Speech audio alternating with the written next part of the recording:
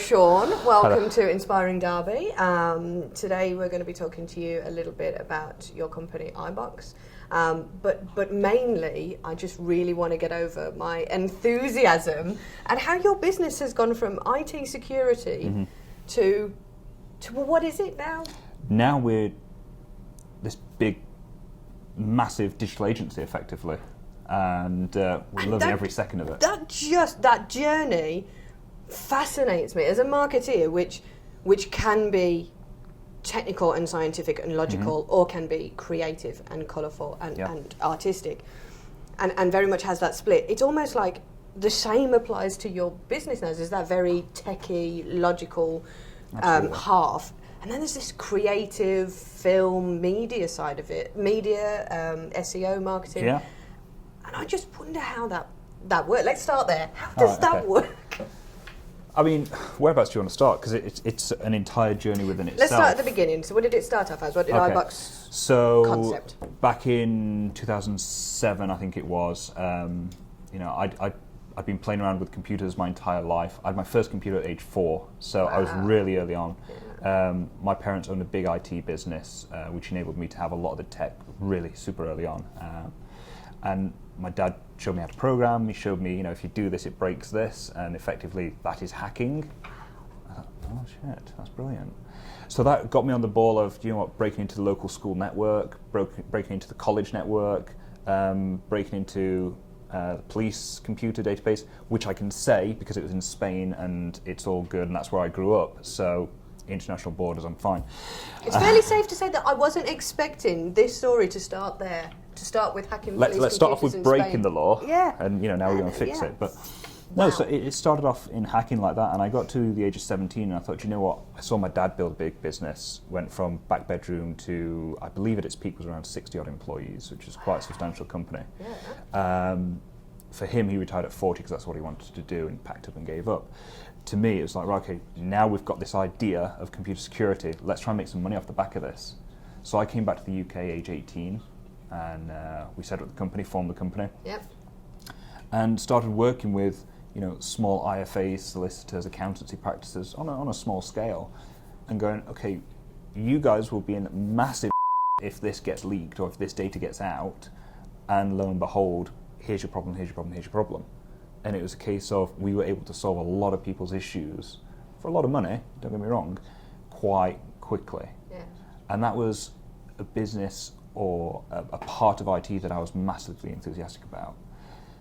Did you know that gap was in the market, or did you set the business up knowing that you were fulfilling a need in the market, or did you set the business up because that's what you were interested in and found a need for it in the market? Definitely fulfilling a need, because I knew that at age 17, 18 when I started it, everyone else that was doing this were also my age. Or if they wasn't my age, they were the old 40, 50-year-old guys locked in a server room with the ponytail.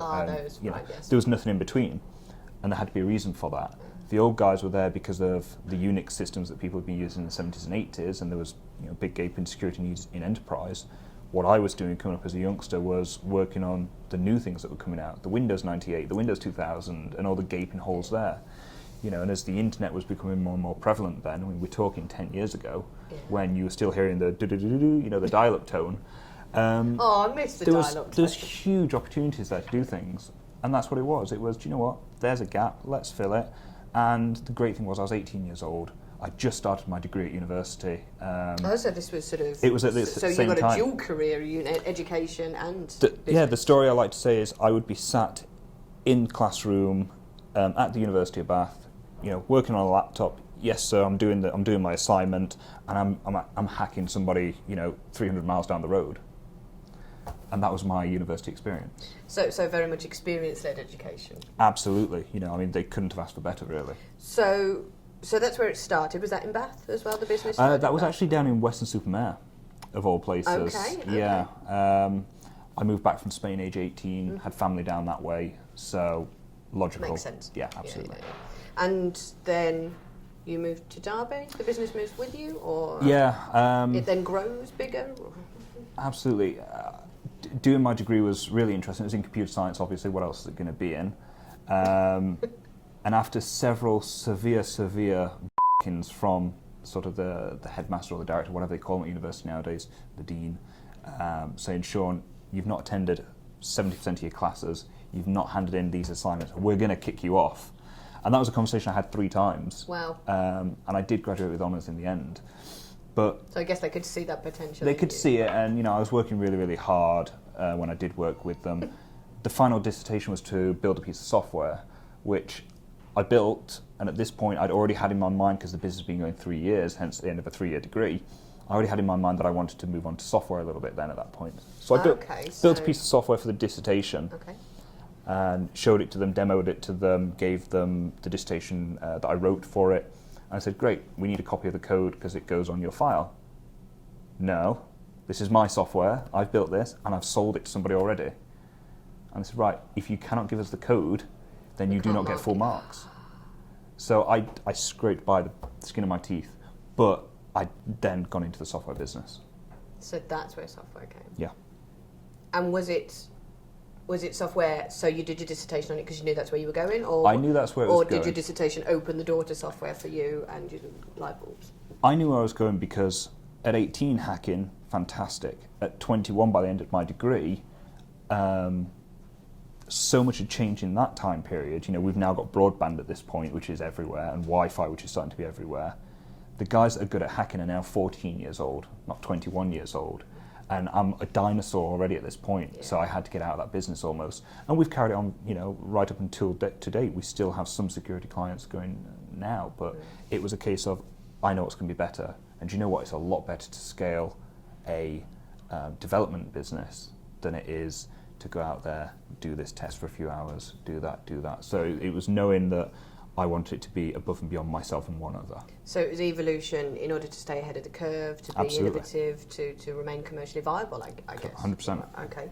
So I'm with you so far. So we've got to 21, we've opened the door to software, we're embracing a new phase in the business. Where do we go from there? We're still in Western-super-Mare? No, it was, do you know what, let's try and do this as a grown-up business. Okay. I'm originally from the Derbyshire area. I'm from Bowles-over-Chesterfield, which, as anyone will know, is not the best part of Derbyshire, to be quite honest. But I thought, you know what, let's go back to Derbyshire and let's try and build something sustainable. Yep. And it was about building and growing. And what year was this? Where are we? We're talking 7 years ago. So not even that long ago. No. So we've only been in ish. So we've been in Derby 7 years as a business. We opened our first office, which was the College Business Centre on New Toxteth Road. Yeah. We were there for a couple of years, and that was great. That was a nice office suite where me and my one then employee were able to sit down, do our work, write software, actually have a real phone we can pick up and call clients on rather than relying on your mobile phone. And actually, do you know what, this is a real business. And from there, it was a case of how do we grow this business and where does it grow? And development was the clear option there. So that's really, I'm beginning to see the light on where the evolution for the business is coming. There is a clear path. Yeah. And for us, the way we looked at it, as we started to add more heads to the business, was we've got this real good security focus and background and knowledge, which is mostly up here nowadays. And if we're building web and we're building software, well, our one key selling point, because there's a shit ton of web development companies out there. There are. Massively. Go down the road, there's an incubation hub, effectively, where I think at last count there's 15 web design companies in this one little building. So our key differentiator there was, we've got this solid background in computer security. So if we build you an e-commerce store, if we build you a piece of software that tracks your inventory for your warehouse, you know that it's damn right going to be safe and secure. Yeah. And that was the key to everything. You've got a vast skill set within the business, offering marketing skills, and I guess when you explain it the way that you just have to me, it's an absolutely natural progression because social media is software essentially. It is. And it take that one step, SEO. Mm-hmm. It's websites, isn't it? Yeah. So it makes perfect sense when you explain it like that. What's the next step, I think, is my question. Where does the evolution continue on to? I think it's not a difficult one. Now it's a case of we've got the right skills and the right people on the team in the business to do it. Now it's a case of scaling that out now. So we've got all the services that we offer, and we know which things we're good at, which is almost anything digital. Now it's width. Now it's just stretching that out, and it's a case of, do you know what, we've got 2.5 people who are full-time social media. So there are people who get paid salary to sit on Facebook all day, which I never thought would happen in my lifetime. No, but it is. Now it's a case of, we know how to do that really, really well, and we know that the techniques, if you will, the sales tactics almost, that work on social versus what works on direct mail.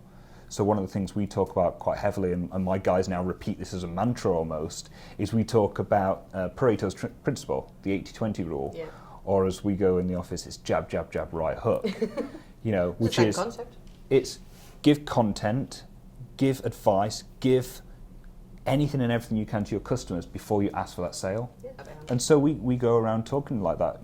We will literally have a new person start, and they go, oh, I've got this great idea for this sale on Facebook or this thing on Instagram where we can promote a sale. No, because you're going to piss your customer off. Useful, helpful, relevant. Content's got to be those three things, otherwise you're just in the wrong game. Absolutely. So now it's, how do we go from 2.5 in social to 20 people in social media? And I will guarantee in 2 years we will have 20 people working strictly on social media, let alone the rest of the company. The problem is not finding the business. The problem is finding the people. To provide that service. Yeah. And why is that a problem? Not enough skills, not enough education, not enough experience, all three, not enough, wrong culture fit? Experience we can provide. We can, that's not a problem.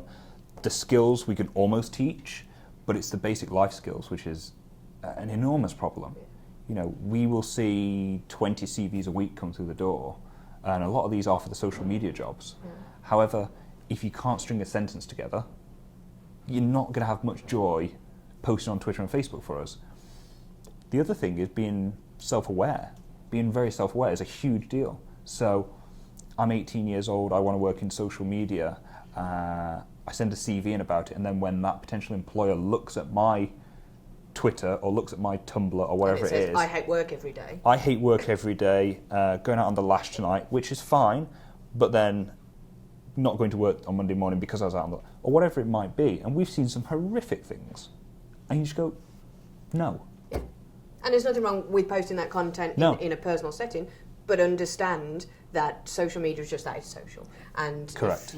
If you want to sell that stuff, then maybe keep the security settings real tight and just keep it to the people who you trust with that content. Just being self-aware that what you're putting out, because if you're not self-aware of the content you're putting out, then how can you trust your clients' content with that person? When you have a client that is willing to pay you thousands of pounds to manage their social media accounts, which is their business, their livelihood, you've got to go, it doesn't matter if you're 16, 17, 18 or 26, you've got to have those smarts about you that says, I'm not going to be stupid and put a picture of a cat out on something. Yeah. We literally had someone in for a job interview once for social media, and I said, right, tell you what, you've seen what we've done, you see how we do things, we're huge on social, we're everywhere. I said, what would you suggest would be a really key thing? How would you push our social and our marketing further? And they, no word of a lie, my guys laugh about this now, they came out with, you've seen those funny cat videos on YouTube, right? Yeah. How about we do one of those and at the end put a link to your website? Boom, straight in there. Well, there's the door. That's what you want. So that's how not to do it. That's how not to get a job in social media. Those watching.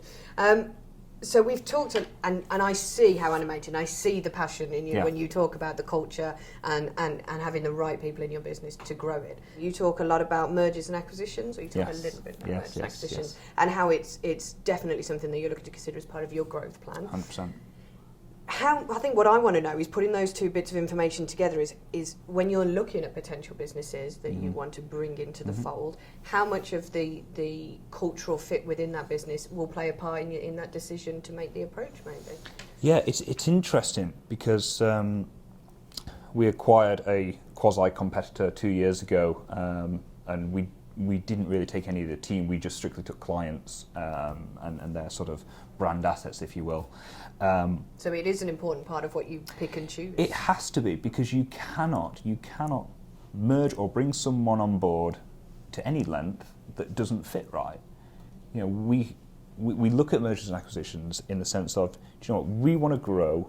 By headcount, we're a pretty decent sized business for a digital agency, particularly. We talked about the incubator space. Most of those guys down there are 2, 3, 4 people. I'd say five and less, I would have said. Yeah. Absolutely. We know there are, if you want to call them competitors or competitors in the space, who are 2 people, 3 people. Not to say you don't have to watch out for them, of course you do, because they're small and nimble. But, when we're at 10 heads, we've got to look at, if we want to bring more people onto the team and we want to merge with some of our competitors out there, how is that going to fit? And if we look at a digital agency where the average age is 40, because they've been around for donkey's years, a marketing agency rather than a digital agency perhaps, probably not going to work well with us. Our team averages out about 24, 25. So bringing in a bunch of old people, as it were, is not going to fit. But on the other side of that coin, I'm just playing devil's advocate now, but that brings a level of experience 100%. That essentially could add value to the younger generation. Sure. Not always necessarily going to be a great cultural, like they're all going to want to do the same thing socially, for example. But as a team that is enriched with experience and knowledge, it could bring that. So there is a creative agency I've got my eye on at the moment, who has that level of maturity. Potential newsflash, just not giving you names. Have that level of maturity, but also have a team that is young enough that would gel if we were to bring the team on board, but the management has that maturity. And I think that there would be a perfect fit for the right price. Obviously. But no, it's a crucial aspect, because one of the biggest problems we have in Derby is skills shortage. There's no question about it. So we're fighting tooth and nail for every kind of developer, social media, marketing person we can find, and there aren't any, because they're all shipping off to Nottingham. That was going to be my next question. More often than not. We have this problem. Firstly, what do you think's caused it? And secondly, what would be your answer to it, if there is one? Who's got a part to play in it?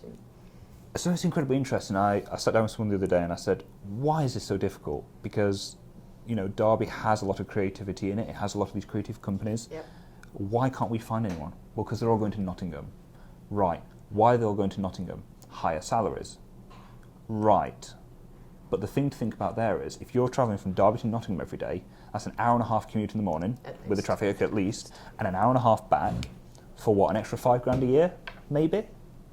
Well, that extra £5,000 has just gone on your commuting costs, and the 3 hours, 4 hours just a day lost on the road. Yeah. So it's people not thinking straight, in my opinion. And they're all going to Nottingham because there's a big gap of not enough digital people there, because anyone that graduates from Nottingham are all going down to London. So we're sending ours to Nottingham, they're sending theirs to London, but nobody's filling our gap. And so that's why we put a heavy emphasis on trying to develop those skills ourselves, and that's something that we spend a lot of time and effort on. So what are you investing into the locals? So due to being an excessive workaholic, every Saturday morning I go into the office for a couple of hours and I do some work. Then I go down to Derby Central Library, where I run Code Club Derby, and we have 10 kids aged 9 to 11, teaching them to program, teaching them how to code. I think it's such a good idea. And you know what? It's been terrific, because you're able to pass on your knowledge to them a little bit, see them actually take their phone out of their face out of their phone even, and actually go, that game I really like, I can build something almost similar on the computer here with ease. And that is so much fun. And the pleasure they get out of playing that is so tenfold compared Absolutely. So we started super young there. We have an academy with Derby College as well, which we run, which is speak to 100 students on IT. Right now, we want the very best of you, and we selected the top 14 students. These guys walk around branded iBox. Is it IT or is it's web and software at the moment. So web development, software development. Yeah. They walk around branded as iBox. They come in, they do all their work placement with us. They don't have to find work placement. They don't have to find experience. They get case study work and project work from us. And at the end of it, every one of them, which is in June, every one of them gets an interview with us, with the potential of one, although we're going to stretch that probably to 2, maybe 3, getting a job with us full time. Even at college level? College level. That's fantastic. I went to Derby College and I said, if you're going to be up at 2 o'clock in the morning, finishing your essay for your lecture the next day at university, and you're stressing out about it, I don't want you. I want you 2 o'clock in the morning, haven't showered for 3 weeks, sat in your boxer shorts, coding away at 2 o'clock in the morning. those are the kind of guys I want, because those are the real programmers. So interestingly, university doesn't play a huge part in your requirements, I would guess. No, and I think it's becoming more and more of a popular thing is to overlook the university. If you go to an organisation which is led by somebody who's part of the establishment, they've been around for donkey's years, they're going to filter based on your university degree. Have a degree? Yeah, he's on the pile. No, he's not. And it's that simple. Do that, yeah. It's that simple. I'm more of the case of, you've got a degree, and it could be from the University of Derby, Nottingham, or the University of Ashbourne Road. It doesn't matter. That's not to say having a degree is a waste of time or a bad thing. It's not.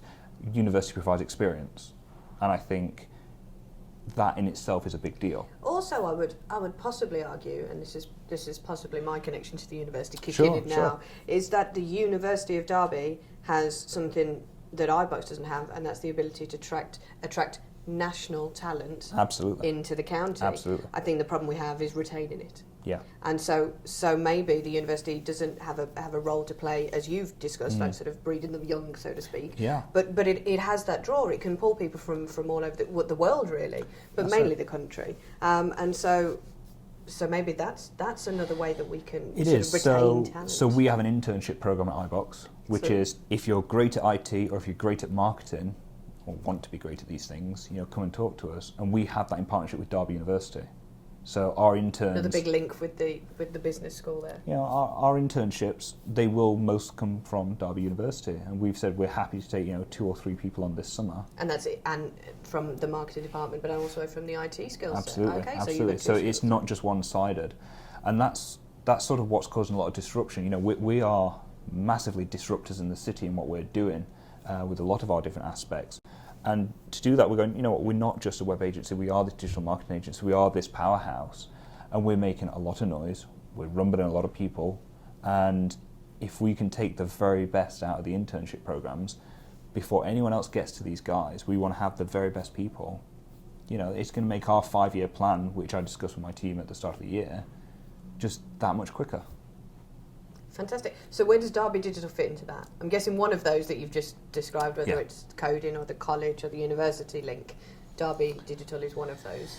So as our master plan evolves and sort of unrolls, we're at 10 heads now, as I mentioned. We will be by the end of 2020, we've set out our 2020 vision, which is we will be at least a 50-person agency by then. Now, that today looks like enormous growth. However, year-on-year compounded, that's not a huge growth. Especially if you've got mergers and acquisitions going on in there. Exactly. As well. So this is our worst-case scenario sort of situation.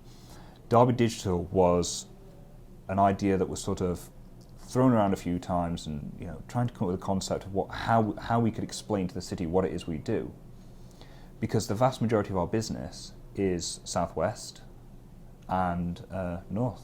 We don't do much in the East Midlands at all. Really? So our big hubs are Bristol, London and Manchester. Bristol because there's a lot of finance down there. London because there's a bit of everything down there, and mostly money.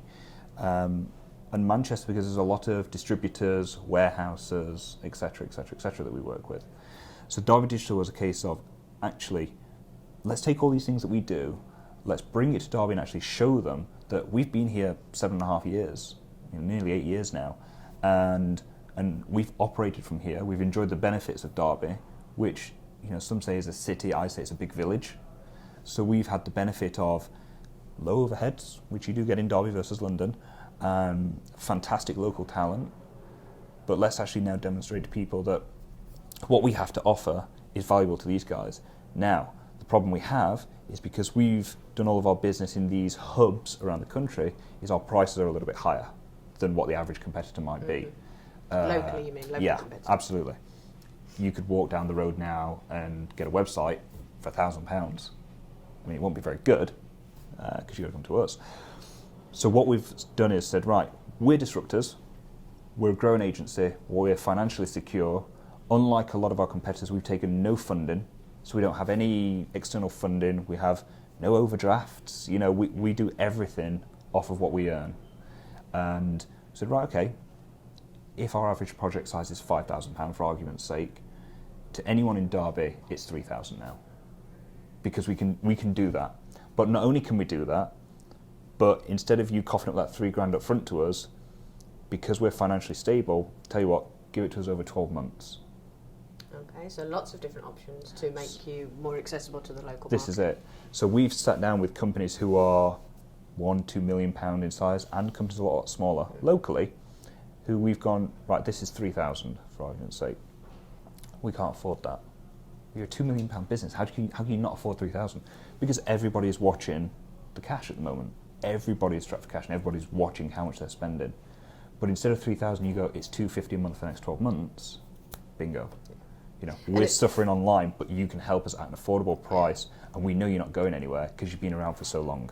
And my experience is that IT, marketing, they're the two things within a business that if you're not already investing in them, it's because you don't understand them or Correct. you don't see the value in them. Correct. And so trying to overcome that hurdle with business owners is nigh on impossible at times. Yeah. However, if you're finding and you have found that price is your stumbling block, then put a pricing structure in place that's going to help you overcome that. This is it. So that makes perfect sense to me. What makes you passionate about it? What makes you we just signed a 5-year lease on 42 Frygate. Yep. Beautiful building. Any nerds know that the answer to life and everything is 42. So for us, it was a natural sort of fit to move in there.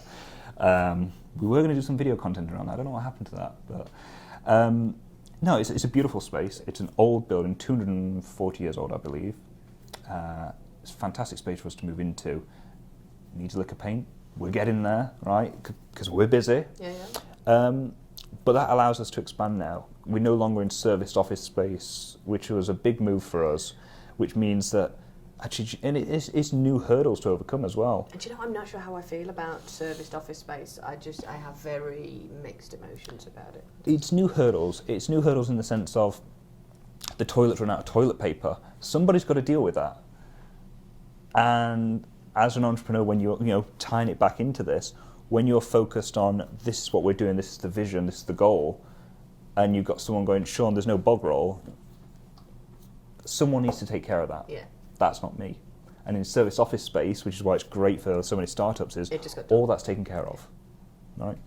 So why am I so passionate about entrepreneurship? Because to me, it's the only way to live. There is nothing else. There's a great quote from the founder of a big IT software company in the States. He said, do you know what the difference between a vision and a hallucination is? And it's that others can see the vision. And to me, that's what it's about. I've got this crazy, wild vision in my mind, and it doesn't matter what's going to happen day to day. That's where we're going. And that's where I'm heading. And it's not me, it's the team that's coming with me. And it's the guys we got on board now, we talked about earlier. These guys must be with me in 10, 15, 20 years' time. And I was talking to you and your colleague who's standing just over there about how rare it is to have a boss genuinely sit down with his employees and not only have that conversation and say, when do you want to be in 5 or 10 years' time? But to then A, listen to the answer, and B, incorporate it into their business. Absolutely. Just to incorporate you and your needs and your wants and your future into what I'm building. Because it's what we're building. It's not single. It's plural. And it's so rare. Anyway, that was just a point I wanted to. No, it is, and that is that comes into entrepreneurship. It's you will not do it alone. It's impossible.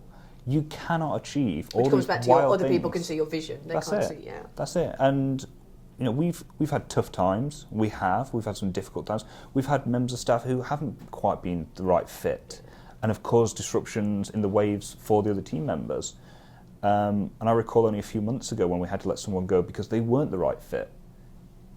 And ultimately it was because they didn't believe in the entrepreneurship vision. They were not the right fit, and they thought that this is the way it goes no matter what. And when we had a discussion afterwards, and I spoke to my team, David, who in fact is here with us today, said to me something, and I wish I'd got it on camera because it plays in my mind so often. He says, I know that no matter what happens, no matter how difficult things get, that no matter what, you're the one that's going to bring us through this no matter what. So they trust you, Implicitly. And in the same way that you trust them with your business and your client's business. Yeah. So trust is, again, something that's important. We go back to the likes of social media, and we talked earlier about how transparent you've got to be and how careful you've got to be with what you put out there. And, I made a big name for myself early on in social media. In 2007, there's 600 million people on Twitter now. In 2007, I registered on Twitter before the likes of Stephen Fry. I was user... Who's now gone again, so it doesn't really matter. I was user 750-something thousand. So super, super early, right? And I built a big brand for about 4 years on Twitter and made a lot of money out of doing seminars from it. But now I haven't got a clue what's going on the company's social media. I don't know what's posted on Instagram. I don't know what's posted on Facebook or Twitter. I get people telling me that content you put out the other day is fantastic. And this, going back to the trust being both ways, is I know that our team are going to put out some incredible content. And they do. And they do. They do. But it's not down to me. I trust them that what they're putting out is right. And it's having that level of trust and autonomy. Having interviewed several entrepreneurs now, it's something that is quite unusual. It's more common, I've found, for entrepreneurs to have a level of control freakness about them and not wanting to trust others with their vision and to bring them into the fold. And so that's and quite a rare mix. Some of those guys will fail. Yeah. Because if you hold on too tightly, it's not going to work. I know that we'll walk out of here, there'll be 10 photos on Facebook, there'll be video clips, there'll be this and the other. I know for a fact that none of that is going to put the University of Derby, myself, yourself, or these guys in a bad light. I know that what's going to go out there is going to look fantastic, it's going to be good. I know that the snippets of video we've released from other pieces that I've done, I know that if I'm swearing in it, it's not going to go where it's not going to be appropriate. You're not going to hear me swearing on LinkedIn. You might hear me swearing on Instagram. Yeah. But it's trusting implicitly that whether it's social, whether it's the web team, and whether it's the digital marketing team, everything that happens, you've got that trust, and it's correct. Okay, final few questions for you. Yep. Who and what inspires you? And you can answer those collectively or as separate, or in whichever order you like. I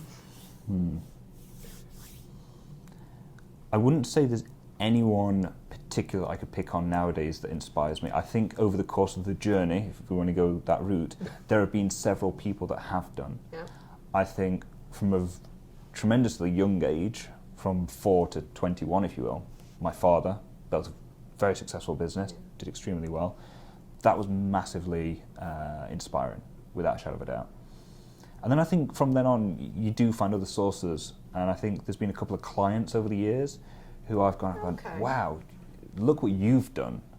I mean, I've seen clients go from back bedroom to £100 million businesses in 5 years, 10 years.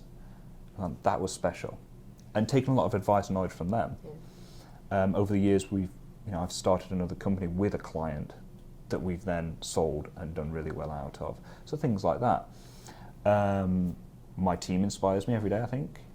Cheesy but good. No, but it's the truth of the matter. It's the fact that I'll go in, and if I've not had the best of days, I'll walk over and I'll see what David's editing and go, that's brilliant, Or I'll go to the web team and we're hoping to launch X website for a client, and we've actually done it 3 weeks sooner than we anticipated. Or it's gone so well the client has called me up personally to tell what a great job they've done. Things like that inspire me.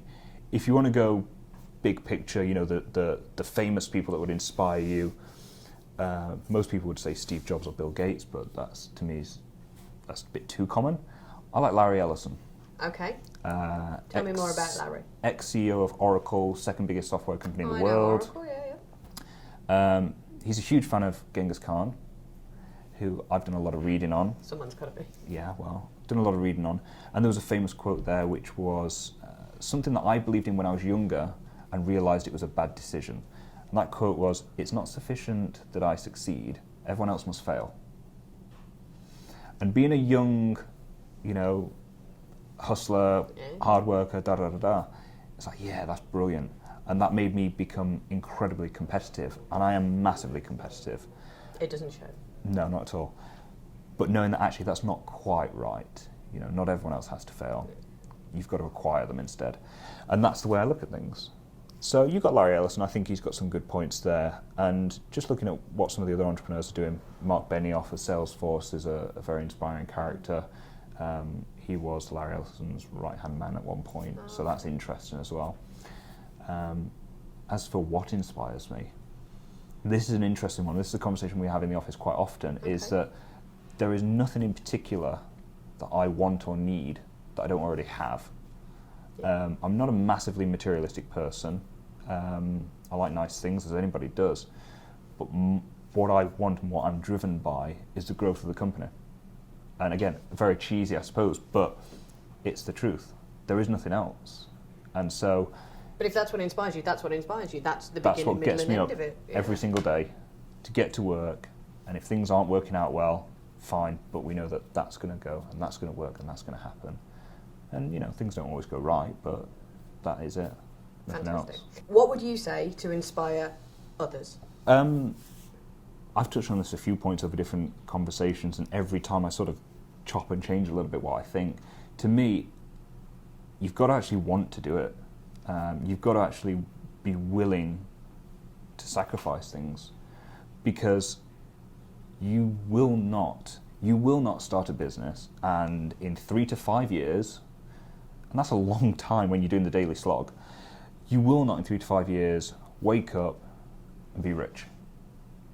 As so many people actually anticipate that is what happens. You don't go to work your arse off, and you know, you can put in 18 hours a day. I put in a good 16 hours a day, 6 days a week at least. I'm in the office every weekend almost. And if I'm not in the office, I'm on my laptop at home working. But you will not put in that time over a 3 to 5 year period and go, hey, I've got all this money and I'm going to go buy, you know, an Audi R8 and I'm going to do this. I'm going to have a house that's absolutely nuts and I'm going to have all this money and it's going to have, you know, I'm going to be able to pop bottles of champagne in a club. That's not the way it works. So seriously, my genuine sort of thoughts on that is be damn sure you're willing to give up a lot of things, because when you're 18 like I was, or 21 or whatever it might be, you're not going to have the cash to be able to go out and even have that Friday night drinks with your friends, because you're going to be poor, you're going to be strapped. And if you're not, if you do have the money and you're an entrepreneur, then you're not spending it right. You're spending it on a watch or you're spending it on a jacket rather than putting it back into the business to grow it. And I think you touched on it earlier, is when I said what inspires you, and you said success in your business. Now, if people are going into business and setting up their own business because what inspires them is lots of money, you aren't going to get it, in my experience. Fail. Because success is defined by many different things. Absolutely. And money is just one of them. And the only reason you're going into business is money. I guarantee you're going to fail. If you're going to chase the money, it's not going to happen. Simple as, you know, you've got to have that vision, have that goal in mind, and that goal's constantly going to be moving if you're doing it for the right reasons, and the money will come as a byproduct. You know, I've been doing this for 8 years, and I do have everything I want realistically. You know, I have one material thing that I don't have currently, but that's going to require me to do an awful lot more work to get there. Okay. My material goal. And they say if your goals aren't so big that other people laugh, then they're not big enough, right? My material goal, I'll tell you right now, is a private jet, right? Not because I want to be flash and fancy and go, hey, check me out. It's not because of that. To me, that there symbolises the work you've put in to get there. Are you going to be flying it? No, I'll get a pilot for that. Excellent. No, it's symbolic. It's, do you know what? Anybody can go out there and have a nice car. Anyone can go out there and work to have a nice house. But that there will have demonstrated that you've put in an awful lot of hustle and hard work towards that. So that's my materialistic goal that's left to achieve. I don't want a Ferrari, I don't want a boat, I don't want any of that stuff. You know, I don't need a mansion. None of that stuff's relevant. Boats won't help you in Derbyshire. No, exactly. You know, getting down Ashbourne Road in a boat is not easy. But that's it. It's realising what you want to do, and if you're really willing to give up time, a lot of time, give up friendships, relationships, you've got to be obsessive. And I am. I'm obsessed about what we're doing. Thank you very much, Sean Price of iBox Security. Thanks very much, guys. Cheers.